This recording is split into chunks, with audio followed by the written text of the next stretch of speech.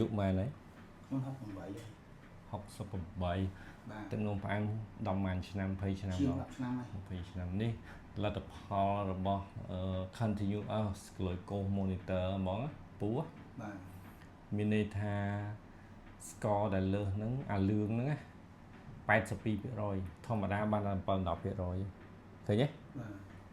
จังขยมประโยชน์ทาให้ไอ้บ้านยังถือเปะ CGM นั้นวิจูยังดังยังไง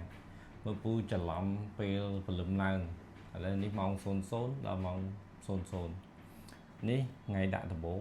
4นี่ปูมือทางไงนี่จอจังผลิตล้างปีมอง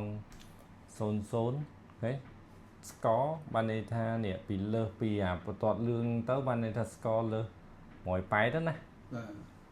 nhé nhưng qua mọi bài ban này tha scoreលើពីមួយប៉ែទៅលឿងហើយក្រោម90ក្រោមក្រហមបន្ទាត់ក្រហមយល់ទេក្រោម70ហ្នឹងណាអញ្ចឹងឃើញបលឹមឡើងម៉ោង2ល្អអត់2រជាងហ៎ខ្ពស់ណាកដាលយប់បលឹមឡើងហូបអីហើយម៉ោង8 score ឡើង 4-500 យល់ទេអាហ្នឹងយើងដឹងអញ្ចឹងហើយមើលស្អែកឡើងស្អែកឡើងទៅទៀតនេះគឺនេះនៅលើអាលឿងរហូតបានន័យថាស្ករផាន់ពូអត់គ្រប់គ្រងល្អទេ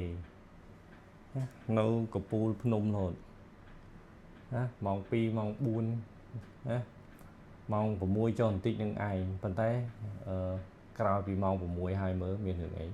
ម៉ោង10ផ្សាយហើយម៉ោង2:10ផ្សាយហើយ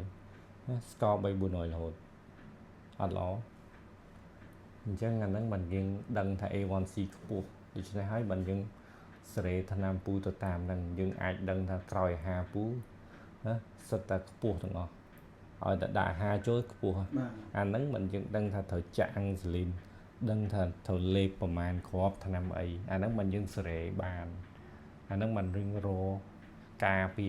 24ម៉ោងទៅ24ម៉ោង90ថ្ងៃគ្រប់គ្រង A1C ពូបានល្អពូមានសុខភាពល្អដល់តែយើងមើលពីមួយថ្ងៃទៅមួយថ្ងៃអញ្ចឹង